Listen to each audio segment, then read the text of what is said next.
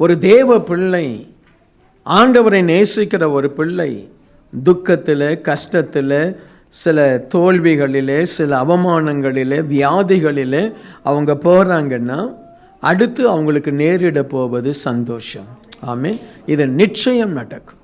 நம்ம இங்கே இருக்கக்கூடிய ஒவ்வொருத்தரையும் எழுப்பி நிற்க வச்சா ஒரு துக்கம் இருக்கும், அந்த துக்கத்துக்கு அப்புறம் சந்தோஷம் இருக்கும்.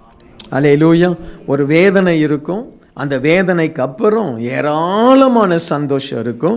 இது ஆண்டவருடைய ஒரு மிக ஆசீர்வாதமான ஒரு வார்த்தை. இயேசு சொன்ன வார்த்தை, உங்கள் துக்கம் சந்தோஷமாய் மாறும். பிரியமானவர்களே, நீங்கள் எப்போ எல்லாம் ஏதோ ஒரு கஷ்டம், ஏதாவது ஒரு பிரச்சனையில் போனீங்கன்னா இந்த வசனம் ஆண்டவர் உங்களை பார்த்து உங்களுக்காய் சொன்ன வார்த்தையாய் நம்புங்க. உங்கள் துக்கம் சந்தோஷமாய் மாறும் என்பதை நம்புங்க. நிச்சயமாய் அது நிறைவேறும். ஆமென்.